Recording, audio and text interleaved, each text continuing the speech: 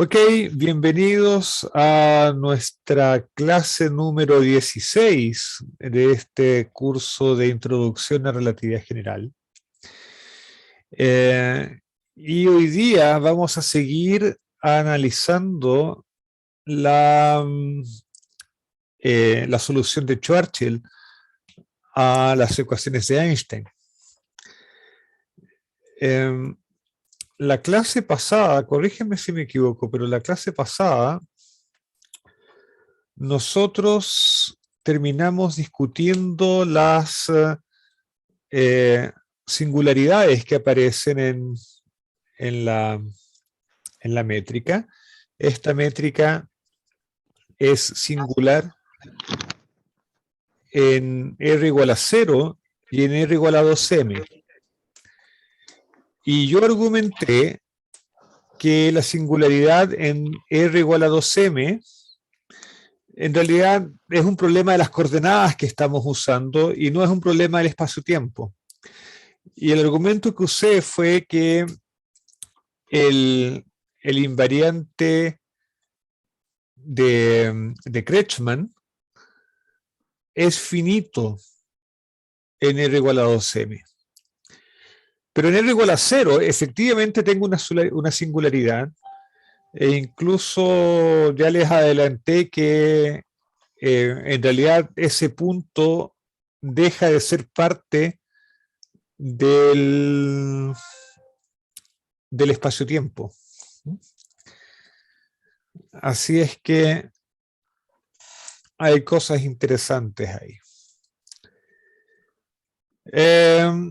Otra cosa que no estoy seguro si mencioné la clase pasada es, bueno, ¿cómo interpretamos este parámetro m que aparece aquí en la métrica de Schwarzschild?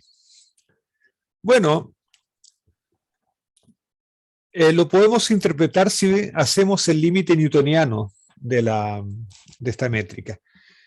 En el límite newtoniano nosotros sabemos que la parte temporal de la métrica es igual a menos 2 veces el potencial newtoniano más alguna constante. Entonces vamos a G00. Bueno, G00 es esto. Entonces el menos se me va con ese menos aquí. Y claramente la constante es este 1 de acá, ¿no? Ese 1. Y entonces lo que me queda es simplemente, bueno, el 2 se me va con ese 2 de aquí, así es que lo único que me queda es ese m partido por r y el signo menos. Así es que es claro que el potencial es de la forma menos m partido por r. Ahora tengo que advertir que cuando yo escribí la métrica, estamos usando un sistema de unidades en el que la constante de Newton vale 1 y la velocidad de la luz vale 1. Entonces, en esas unidades, el potencial me queda simplemente así. Y esto es el potencial de una carga puntual, de una masa puntual, o bien de una esfera, es el potencial exterior de una esfera de masa m.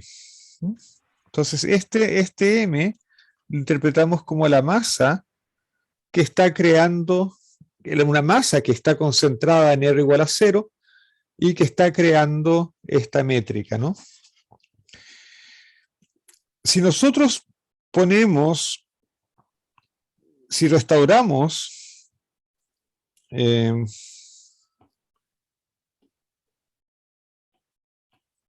restaurando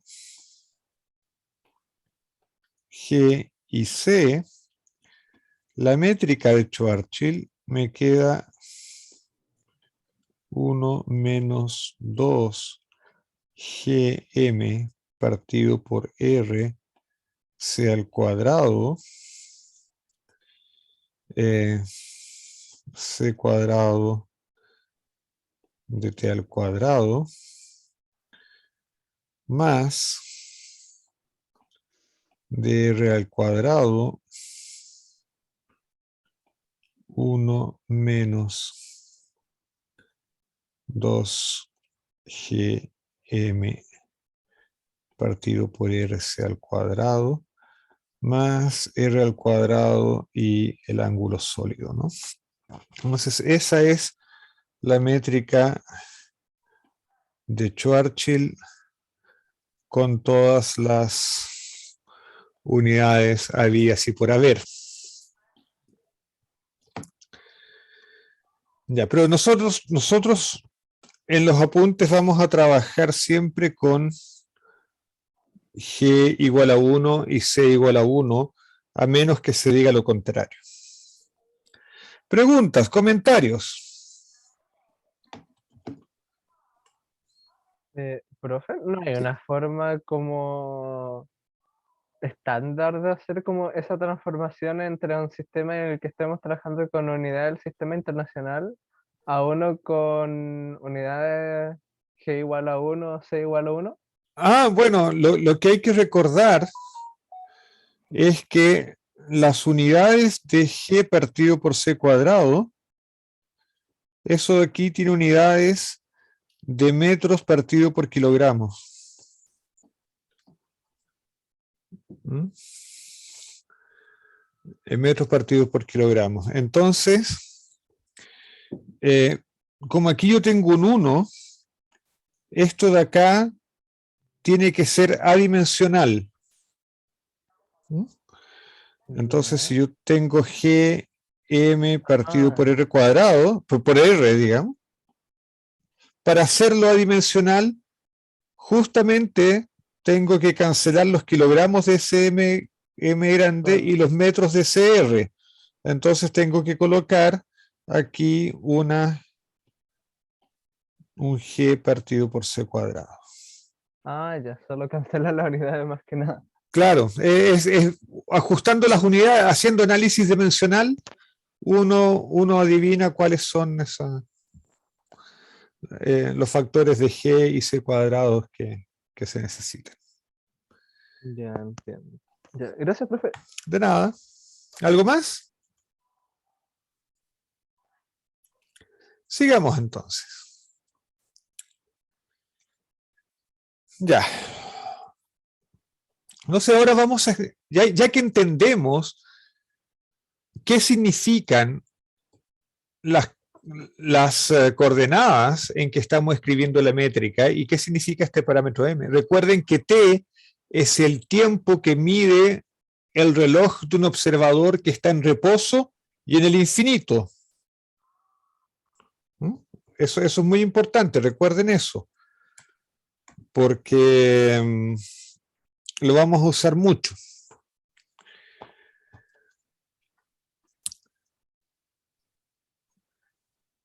Entonces vamos a ver un poco la fenomenología.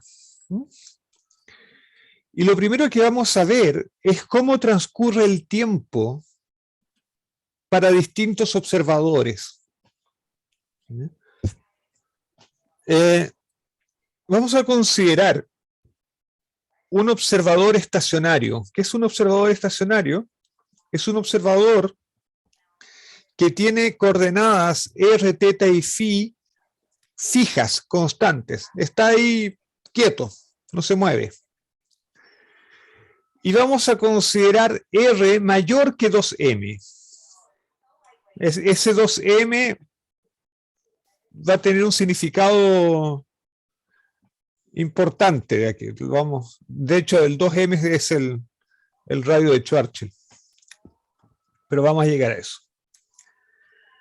Entonces, para ese observador, la métrica se reduce a esto de aquí. Pero uno siempre puede escribir el ds cuadrado, uno siempre lo puede escribir como menos el d tau cuadrado, donde tau es el tiempo propio. Entonces, en este caso, tau es el tiempo propio de un observador estacionario en la métrica de Schwarzschild.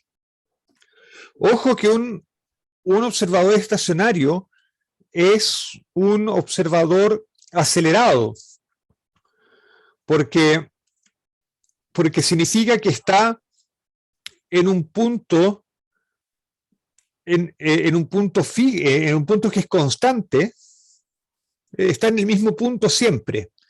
Pero para mantenerse en el mismo punto siempre hay que estar haciendo fuerza. Si esto fuese una nave espacial, por ejemplo, tendría que tener los motores encendidos, porque si apaga los motores, la nave cae, empieza a caer.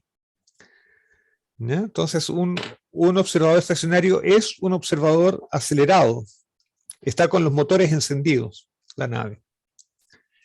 Ok, pero siempre el ds cuadrado se puede escribir como menos el d tau cuadrado, donde tau es el tiempo propio, en este caso del observador estacionario. Entonces combino estas dos ecuaciones y encuentro lo siguiente. Encuentro esto de aquí. ¿Qué quiere decir eso? Esto quiere decir que el tiempo transcurre de manera distinta para el observador estacionario que para el observador en el,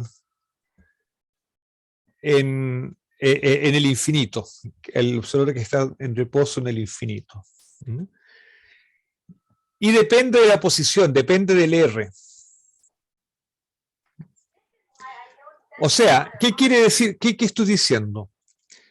Que el tiempo, imagínate que yo tengo dos eventos. Dos eventos. Dos eventos que ocurren en el mismo lugar para el observador estacionario. Entonces, el tiempo que transcurre entre esos dos eventos, medido por el observador estacionario y medido por el observador en infinito, son distintos esos dos tiempos. Eso es lo que estoy diciendo.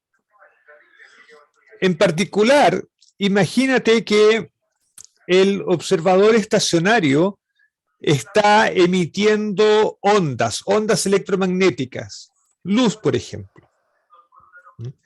Entonces, el d tau podría ser el período de la onda emitida por el observador estacionario.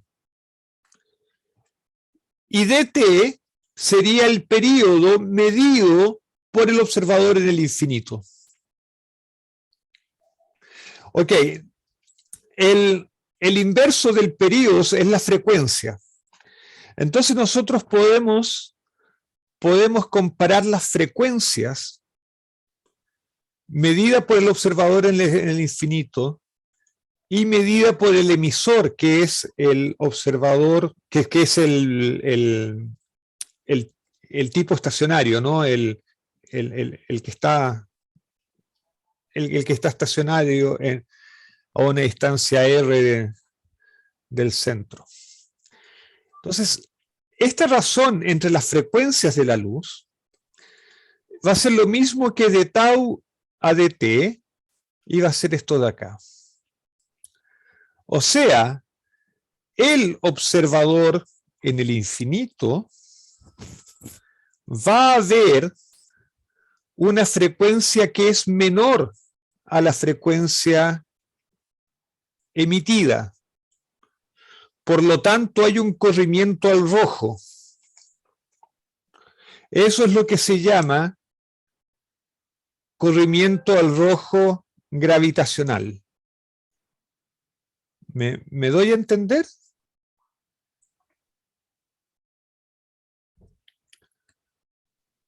Sí, profe. Ya. Ok. Estupendo. Ya. De hecho, este fenómeno nosotros ya lo habíamos visto cuando estudiamos el principio de equivalencia. Nosotros, de hecho, usamos el principio de equivalencia para a ver si vamos ahí.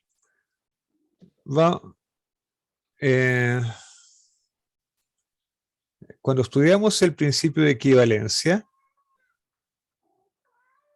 ¿dónde estás? Principio de equivalencia. Aquí. Cuando vimos nosotros justamente estudiamos la variación, descubrimos que había un efecto Doppler gravitacional.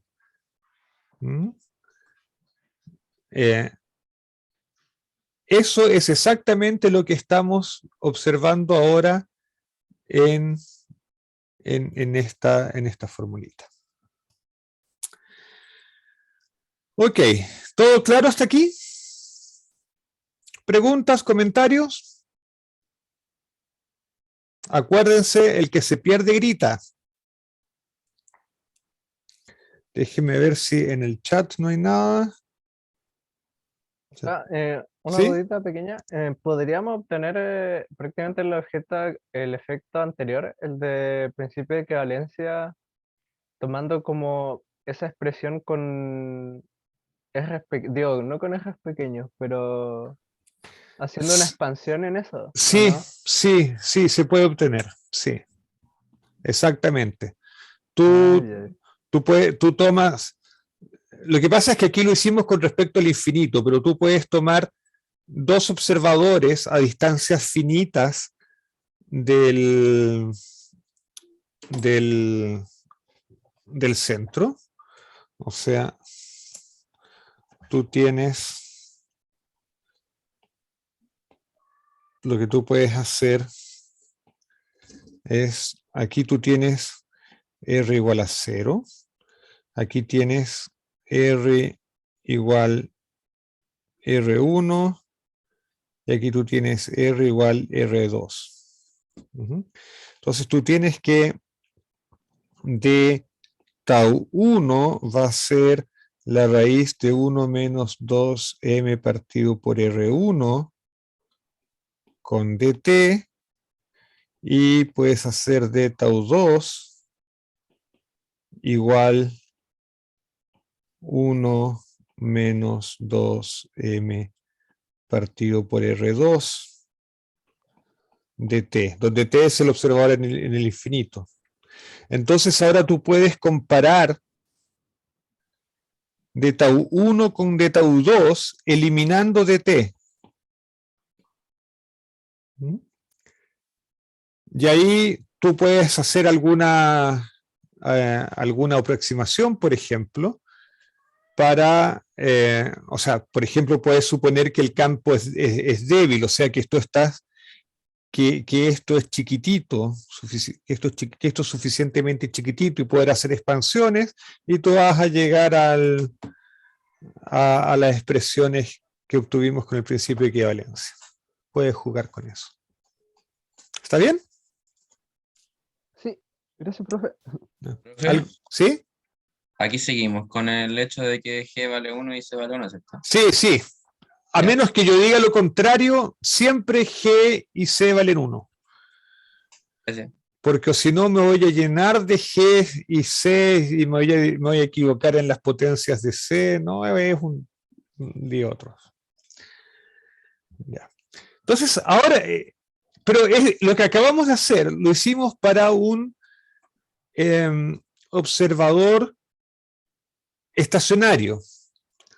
Repitamos nuestro cálculo, o sea, hagamos lo mismo, pero para un observador en caída libre. Un observador en caída libre se está moviendo, está en caída libre, ¿no? O sea, R, teta y phi van cambiando en general. Entonces, ¿cómo analizamos un observador en caída libre?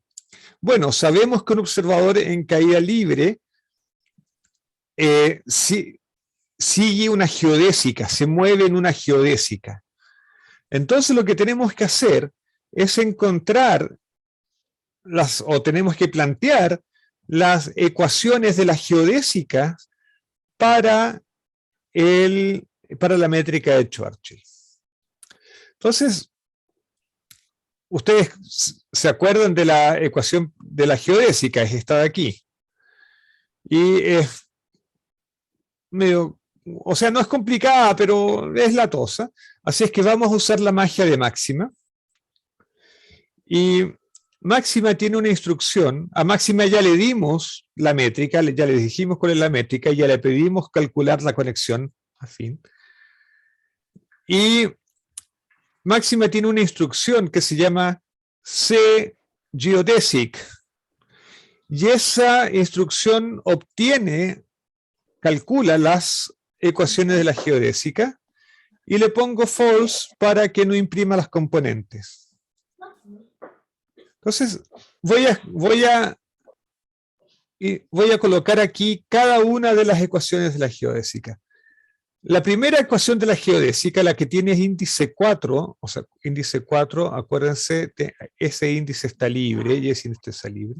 El índice 4 en Máxima quiere decir no igual a 0. O sea, la ecuación que tiene índice temporal, la correspondiente al tiempo.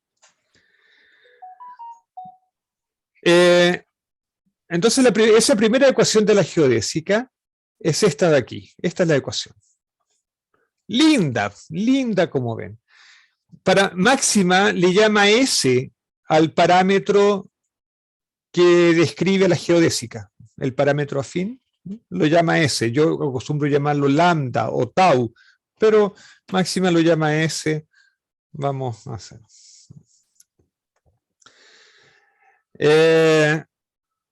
Y si ustedes, bueno, ok.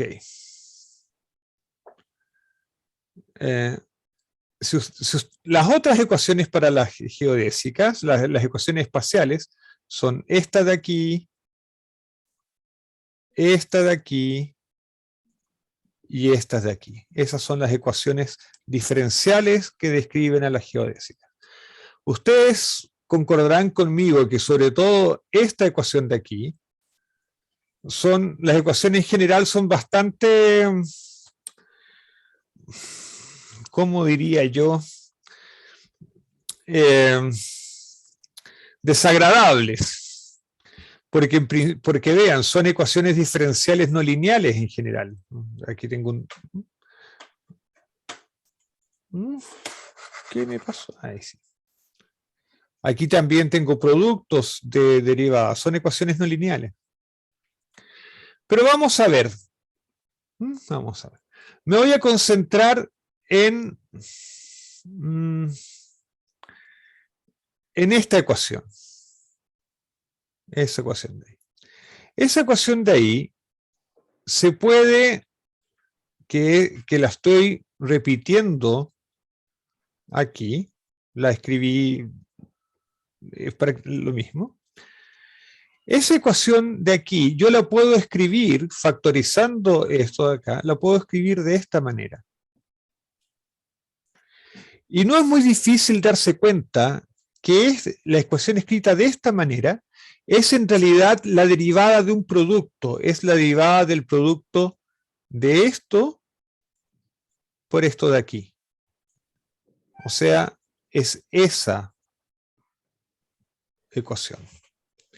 Y esa ecuación ahora es muy, muy bonita porque nos dice que la derivada de algo es igual a 0. O sea, eso nos dice que este objeto que está dentro es constante a lo largo de la geodésica.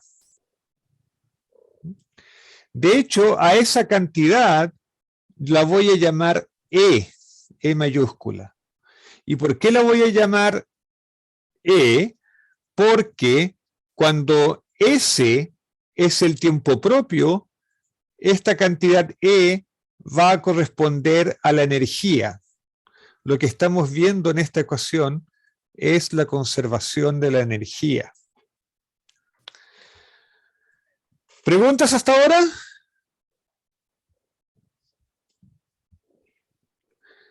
Saludos a los chicos.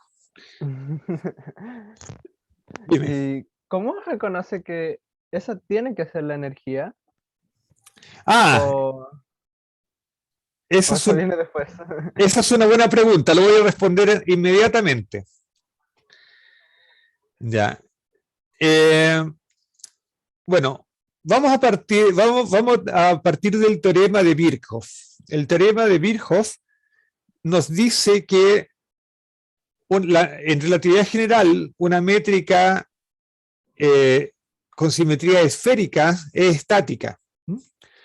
De hecho, la métrica de Schwarzschild no depende del tiempo, no depende de la coordenada t. Así es que eso significa que si hacemos una transformación, una traslación temporal, si hacemos una traslación en la dirección del tiempo, en dirección de la coordenada t, la métrica no cambia. ¿Concuerdan? Sí.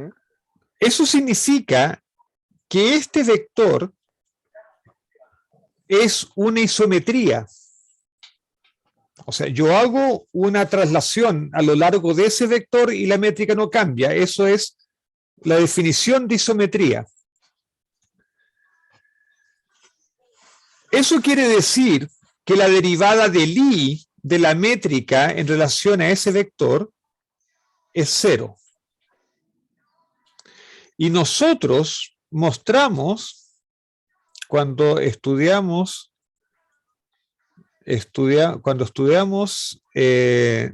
derivadas del i, vectores de Killing, nosotros mostramos que si yo tengo un vector de Killing,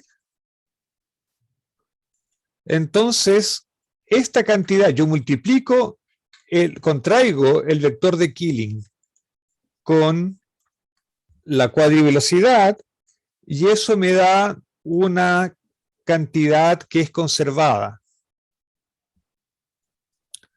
Ups. Ya.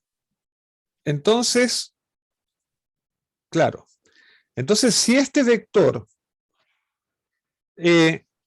genera una isometría, entonces la versión covariante de ese vector, con el índice abajo, es un vector de Killing. Y es un vector de Killing asociado a la isometría de la traslación temporal. Así es que yo ahora tomo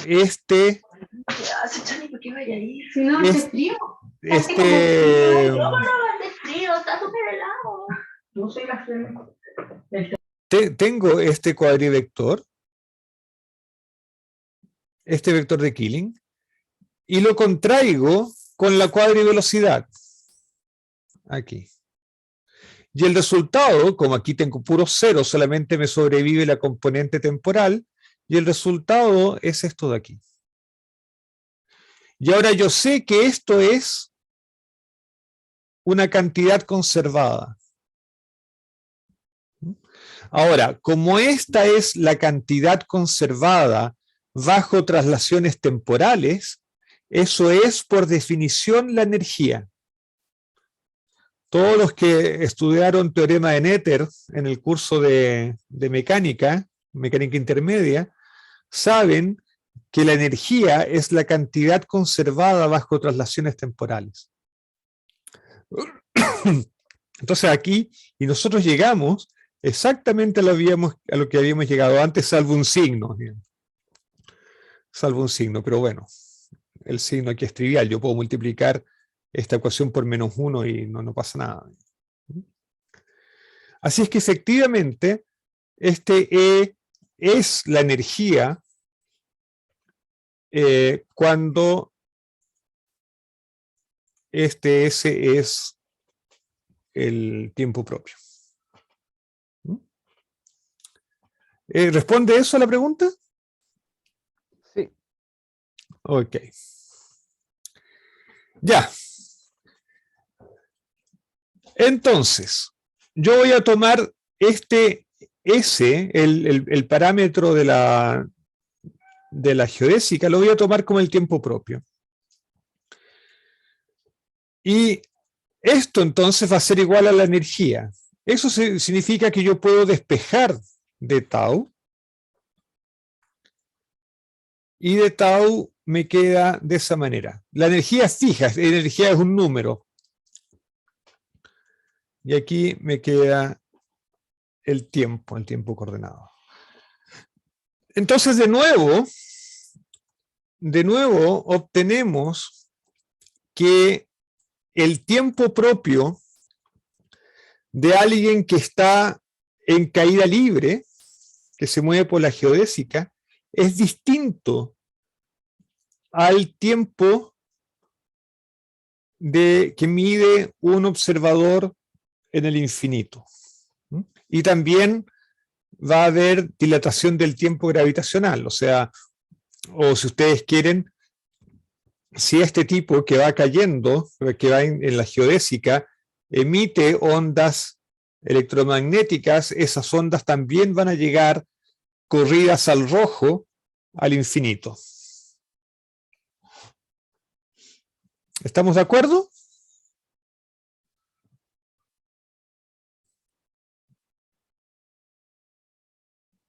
¿Preguntas? ¿Comentarios?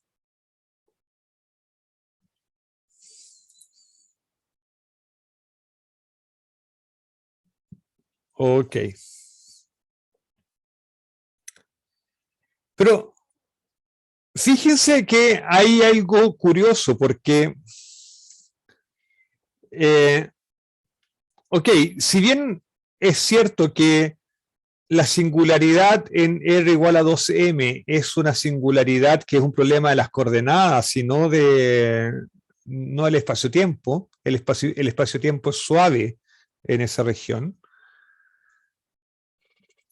Pasa algo curioso con el tiempo. Fíjense que cuando yo hago R igual a 2m, el tiempo parece detenerse. El d tau se hace 0.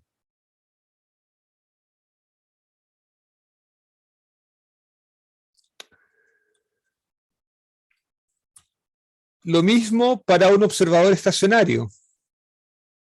Cuando yo hago R igual a 2m, el tiempo parece que se detiene. Entonces, si bien es cierto, no hay una singularidad en R igual a 2m, hay algo curioso que sucede en esos lugares. Entonces, déjenme leer los apuntes porque esto yo creo que me quedó hasta divertido. Para entender qué está sucediendo, por qué el tiempo parece detenerse en R igual a 12m, vamos a considerar a un valiente astronauta, que podría ser, por ejemplo, un estudiante que se ofrece de voluntario, podría ser un estudiante de doctorado. Los estudiantes de doctorado son muy útiles para estas cosas. Un valiente astronauta que cae libremente en la dirección radial, o sea, vamos a tener teta y phi fijos, pero R va a ir disminuyendo, va a ir cayendo hacia R igual a 0. Cae desde el infinito, supongo. Supongamos además que el astronauta envía señales informando de su posición a intervalos de tiempo fijos de tau. O sea, el astronauta, el alumno, sabe que cada 10 minutos, por ejemplo, él tiene que mandar una señal. Entonces, en su reloj, mira, ahora son las 10:12 manda una señal, él sabe que a las 10:22 de su reloj va a tener que mandar la otra señal. Entonces, ese es un intervalo fijo en el tiempo propio. Para un observador lejano, el tiempo entre dos señales de tau irá aumentando hasta que el tiempo entre la última señal recibida desde R mayor que 2m hasta la señal emitida en R igual a 2m sea infinita. ¿A qué me refiero? Vamos a la pizarra.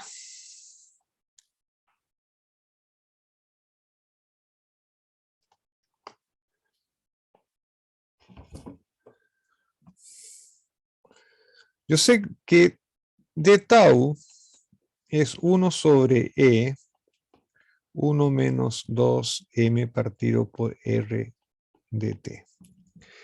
Después de altas matemáticas, yo deduzco que eso significa que dt es igual a E sobre 1 menos 2mr por d tau.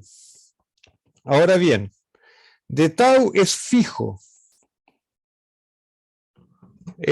Las señales están espaciadas a cada 10 minutos en el tiempo propio. Entonces, esto es 10 minutos.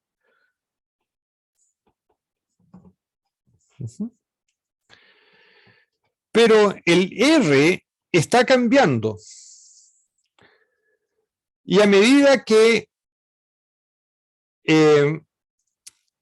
y acuérdense que estamos en R mayor o igual que 2m.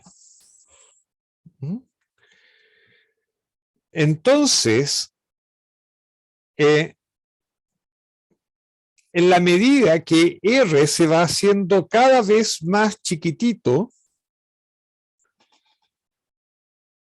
esto de aquí se hace menor y por lo tanto dt se hace cada vez mayor. Y cuando en el caso límite de R yendo a 2m, dt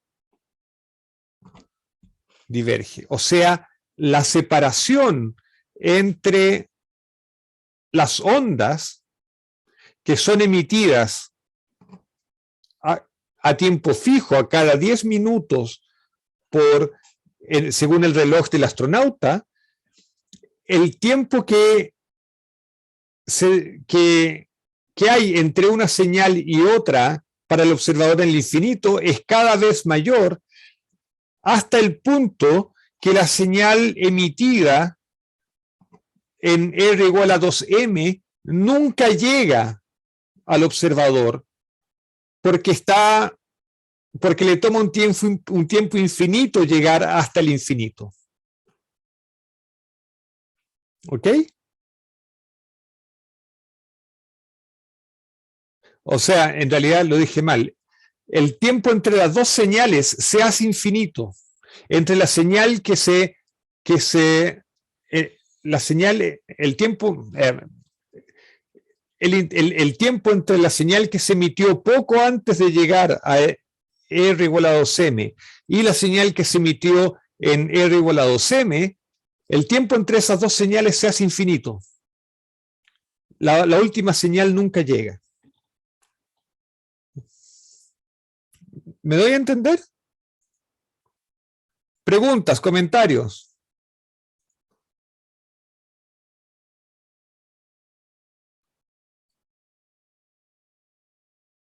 O sea, prácticamente lo que pasa en R igual a 2m está aislado del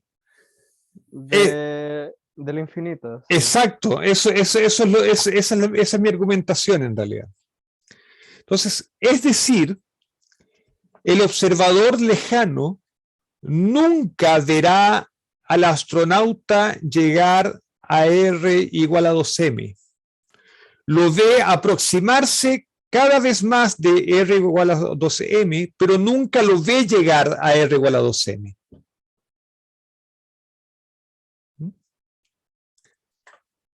Y mucho menos lo ve atravesar R igual a 2m. Nunca lo ve llegar a ese lugar. Ok, dirá alguien. Todo esto es cierto para un observador en el infinito.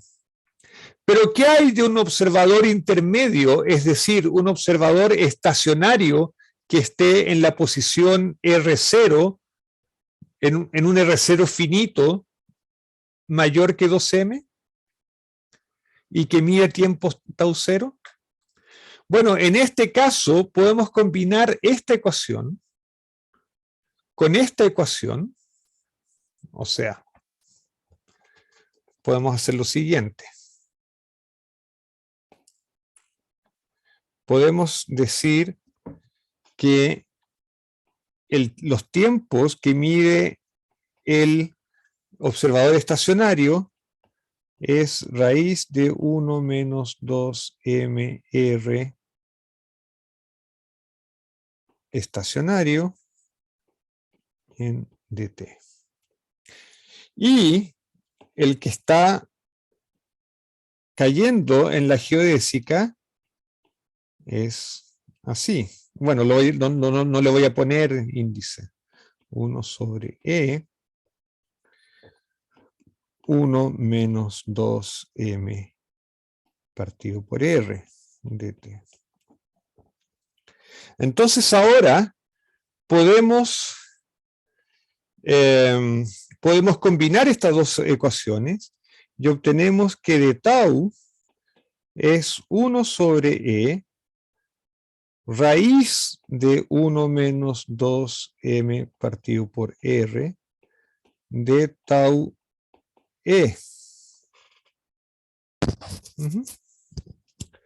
Bueno, y vamos a llegar exactamente a las mismas conclusiones que antes. Vamos a llegar a la conclusión que, fíjense que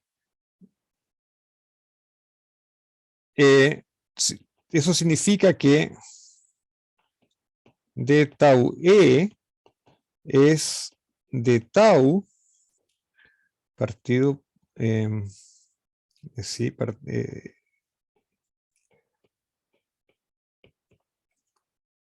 eso. Y recuerden que de tau, este de aquí es fijo.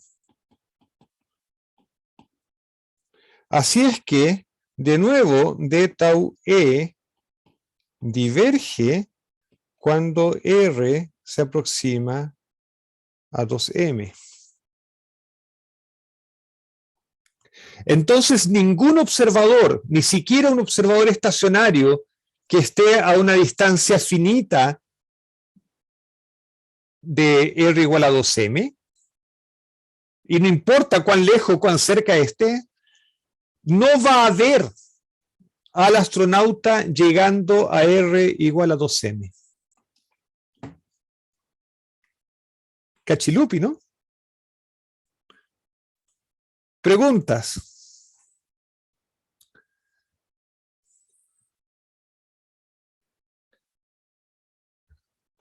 Ya. Entonces, la discusión anterior implica que no es posible para un observador ubicado en una posición con R mayor que 2m obtener ninguna información de astronautas u otros objetos que estén en lugares con R menor o igual a 2m. De alguna forma, la región R menor que 2m está desconectada del resto del universo. Nadie puede saber lo que ocurre allí adentro. Este hecho hace que R igual a 2m sea un horizonte de eventos. R igual a 2m se llama el radio de Schwarzschild.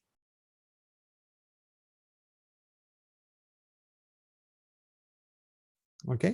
Preguntas.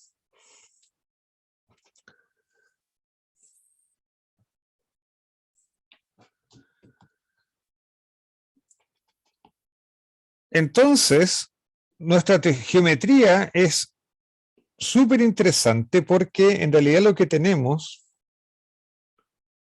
es, aquí tenemos R igual a 0, tenemos una esfera de radio 2m, eso es el radio de Schwarzschild, y todo lo que está aquí adentro, en el interior de esa esfera, es inobservable para cualquier observador que esté aquí afuera. Si yo dejo caer un objeto aquí, voy a ver que tarda un tiempo infinito, voy a medir que tarda un tiempo infinito en llegar aquí al horizonte, al radio de Schwarzschild. Y nunca lo voy a ver caer dentro del horizonte. Voy a ver que se aproxima cada vez más, pero nunca llega hasta ese horizonte. Ahora, en R igual 2m no hay nada especial. El astronauta que va cayendo cruza por R igual a 2m, llega al radio de Schwarzschild y él no hay ningún letrero que le advierta calle sin salida, no hay nada de eso. Él no siente nada raro. Pero un observador de afuera, de hecho, nunca lo va a ver llegar ahí. Va a ver que se aproxima inmediatamente, se aproxima al radio de Schwarzschild, al horizonte, sin nunca llegar a él. ¿Ok? Preguntas, comentarios. Yo sé que tienen preguntas, yo sé que ustedes quieren decir cosas. No se censuren.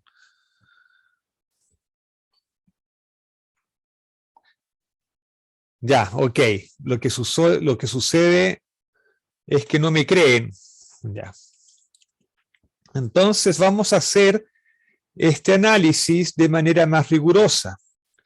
Y para eso vamos a analizar la trayectoria del astronauta que sigue la geodésica. Vamos a analizar la trayectoria del estudiante de doctorado que se ofrece para ir a recolectar datos al horizonte de eventos. Entonces vamos a denotar por U la cuadrivelocidad, y en términos de la cuadrivelocidad, la ecuación de las geodésicas se escribe de esta manera. Y nos vamos a interesar solamente en la componente temporal, vamos, de la ecuación, que es esta de aquí. Ya. Como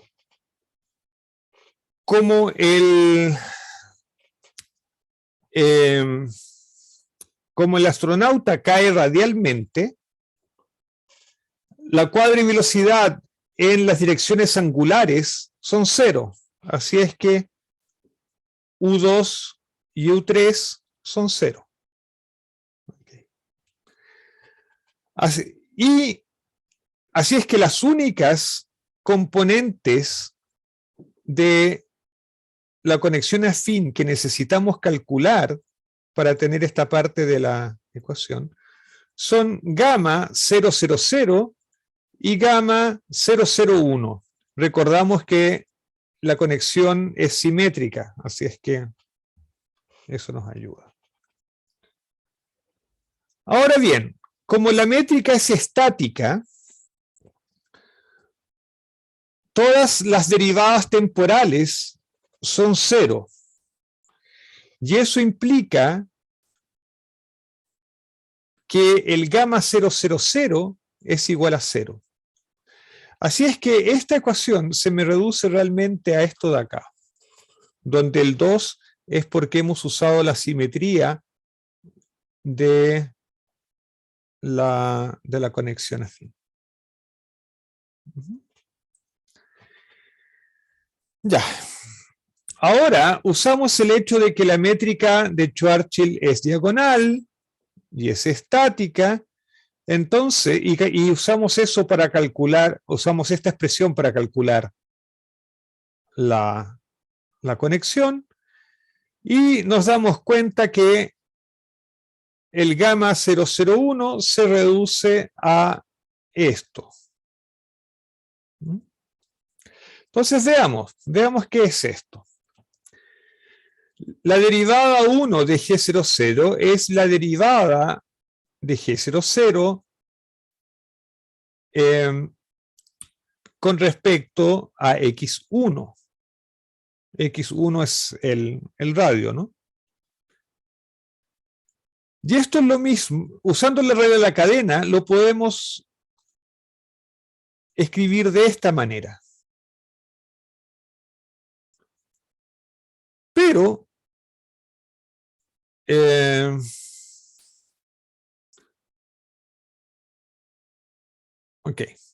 pero esto de aquí es el inverso de la componente 1 de la cuadrivelocidad. Así es que lo puedo escribir de esta manera.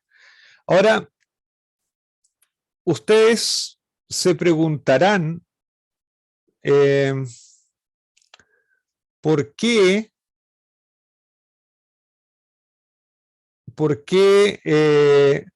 simplemente no hice esta derivada? Porque en realidad yo sé lo que es G00 y yo sé que X1 es el radio. Bueno, va a tener ciertas ventajas haber hecho esta manipulación. Va a tener ciertas ventajas, no se preocupen. A pesar de que podría haber hecho simplemente esta derivada. Ya, ok. Entonces, si reemplazamos esto por esto de aquí, en el gamma y luego en la ecuación de la geodésica, nos damos cuenta que este 1 sobre U1 cancela a este U1 de aquí. Y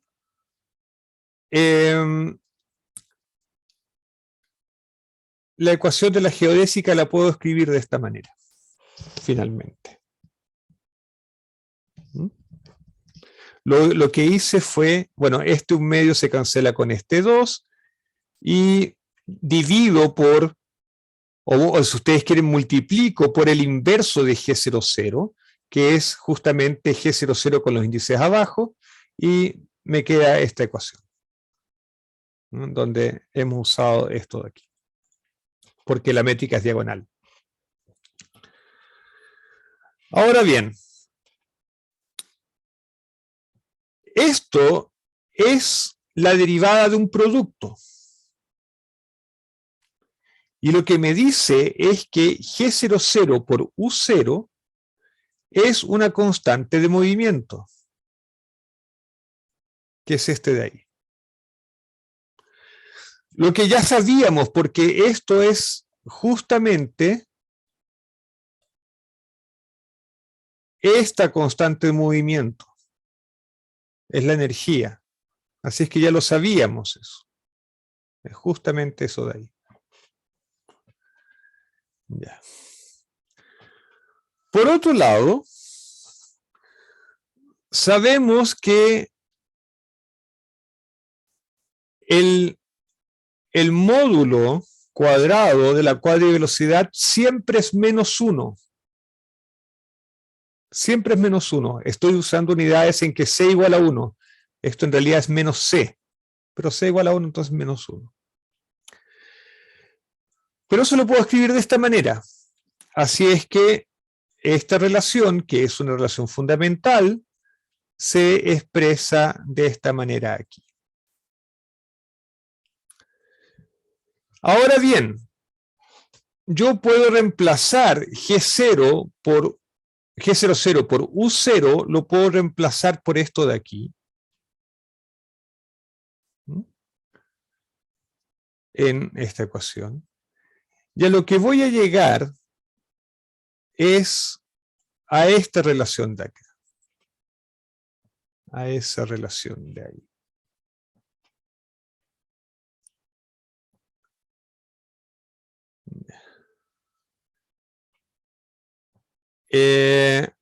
Sí.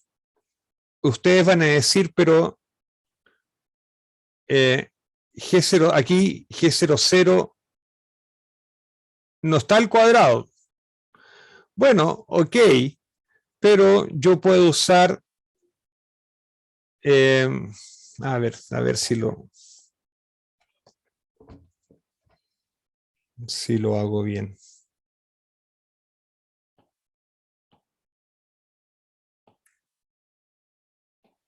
Esto es trivial, pero no quiero que se confunda. Justamente no quiero que se confundan en cosas triviales.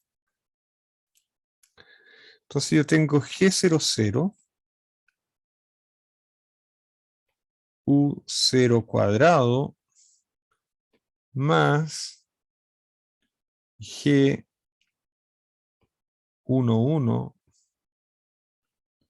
por U1 cuadrado igual a 0. Entonces, yo puedo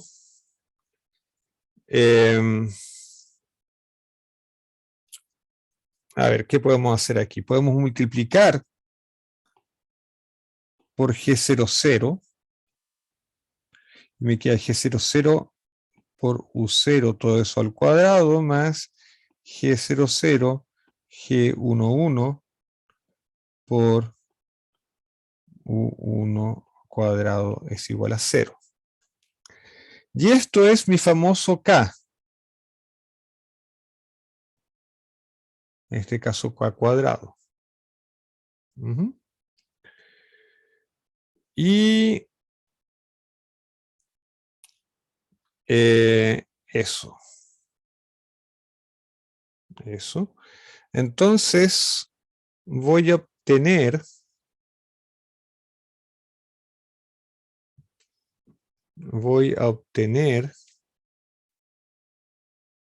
que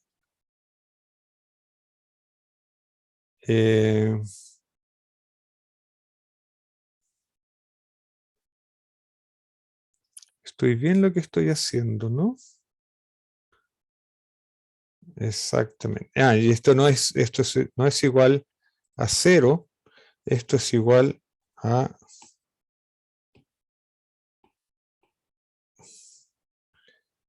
esto no es igual a 0, esto es igual a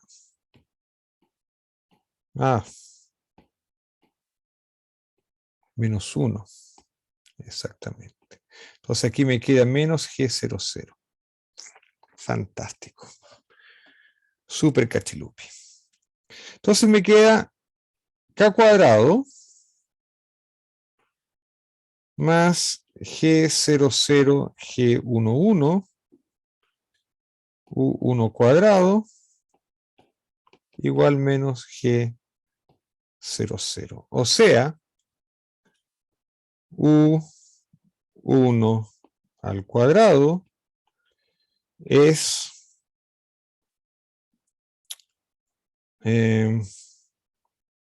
menos K cuadrado partido por G00, eso, menos 1 sobre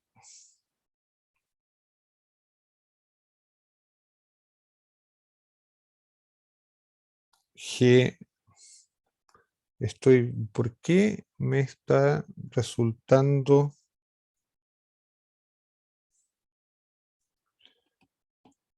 No me estoy equivocando en el álgebra trivial aquí. Es menos K cuadrado. Esto es G00, G11, menos G00. Eso fue lo que hice. Entonces esto implica que G1 al cuadrado es menos K2 G11, G00, menos 1 sobre eso. G11.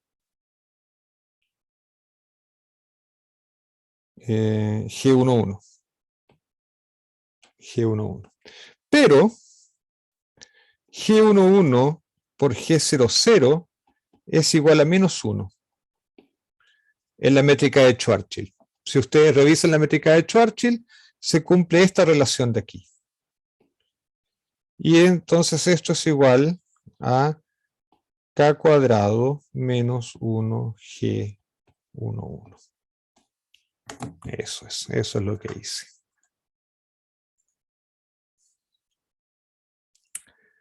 Ya.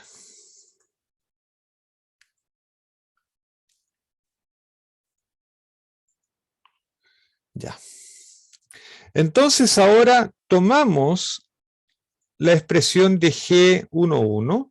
G11, les recuerdo, es esto de aquí. Aquí ustedes pueden ver, ¿no? Esto es G00, esto es G11. El producto de los dos es menos 1. Entonces esto es G-1, es G-1, G11. Toman la expresión de G11, la colocan aquí y obtienen esta ecuación para la cuadrivelocidad en el sentido radial. Ya. Ok. Por otro lado, de R a dt, la velocidad con respecto, porque esto está en términos de el tiempo propio. La velocidad en términos del tiempo del observador en el infinito es dr a dt. Pero, de nuevo, yo puedo usar que dr a dt es esto de aquí, dr de tau sobre de tau de dt a de tau. O sea, pero esto es U1 y esto es U0. Nosotros sabemos lo que es U1 y sabemos lo que es U0. U0 lo puedo obtener de aquí. Entonces, haciendo eso, encuentro que la velocidad radial del tipo que cae en la geodésica, medido por el observador en el infinito, es esto de acá.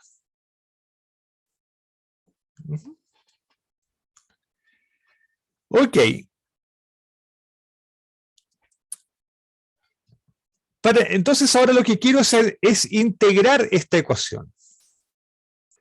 Para integrar esa expresión vamos a considerar R cercano a M.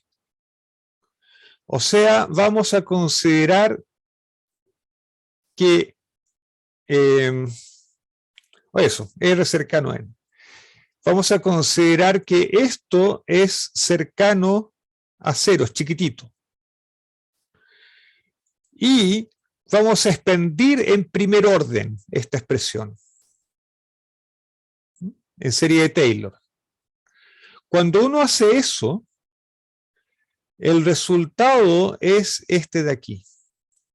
Y eso lo puedo integrar. Cuando yo integro esta ecuación, obtengo este resultado. O sea, el tiempo, este tiempo, ¿qué es? El tiempo que le toma al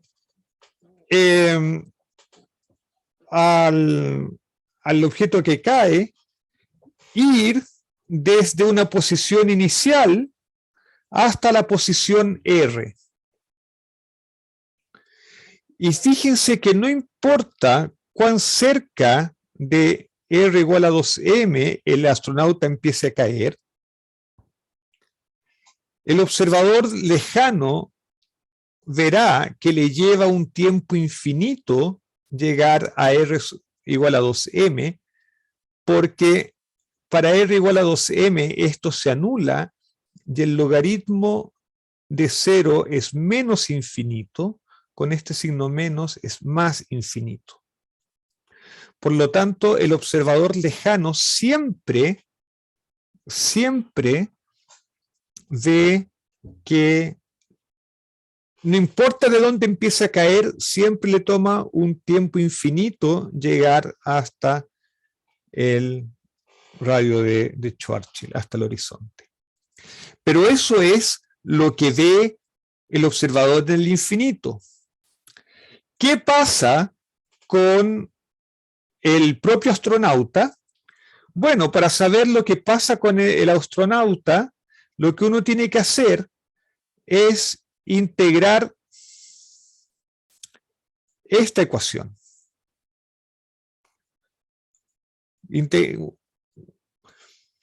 Pero al integrar esa ecuación, yo se los voy a dejar de tarea, o sea, la próxima tarea va a ser los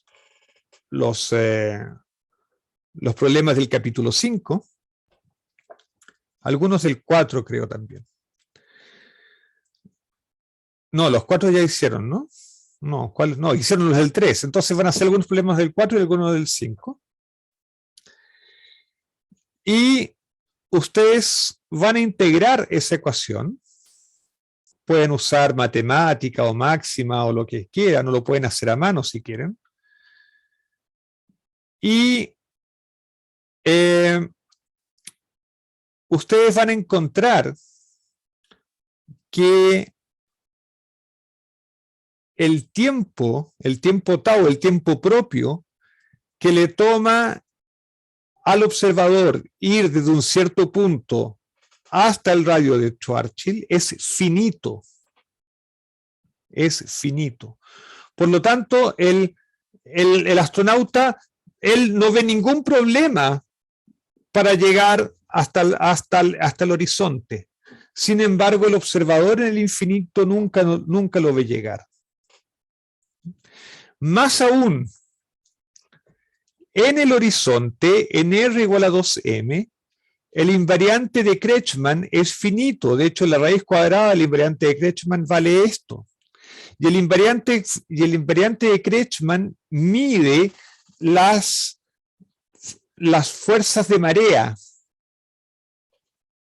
Es una medida de las fuerzas de marea. Entonces, fíjense que incluso el invariante de Kretschmann es inversamente proporcional al cuadrado de la masa que genera esta geometría. Entonces, si la masa es muy grande, o si estamos hablando, por ejemplo, de un agujero negro supermasivo, la curvatura, las fuerzas de marea van a ser chiquititas en el horizonte. Y el astronauta no va a sentir nada al pasar por el horizonte. Pero bueno, eso es suficiente por el momento. Ya nos dieron las 10:45. ¿Tienen preguntas? Yo tengo una pregunta que, o sea, no sé si es que tiene mucho sentido o no, pero ¿cómo esta masa puntual hace efectos si es que tenemos como este horizonte de eventos del cual se supone que lo que está dentro no puede interactuar con lo que está afuera? Ah, ya, esa es una interesante pregunta. Ya, lo que sucede es que la masa que está en R igual a 0 crea un espacio-tiempo curvo que es infinito, ese espacio-tiempo curvo. Ahora, la curvatura de ese espacio-tiempo hace que lo que está dentro del horizonte no se pueda comunicar con lo que está afuera. Pero para que exista el horizonte, tiene que haberse creado este espacio-tiempo curvo. Ah, o sea, es primero que la masa hace el espacio-tiempo y el Exacto. espacio-tiempo hace el... Ya, Exactamente. Y una característica de ese espacio-tiempo es que existe este horizonte. ya entiendo. ¿Algo más?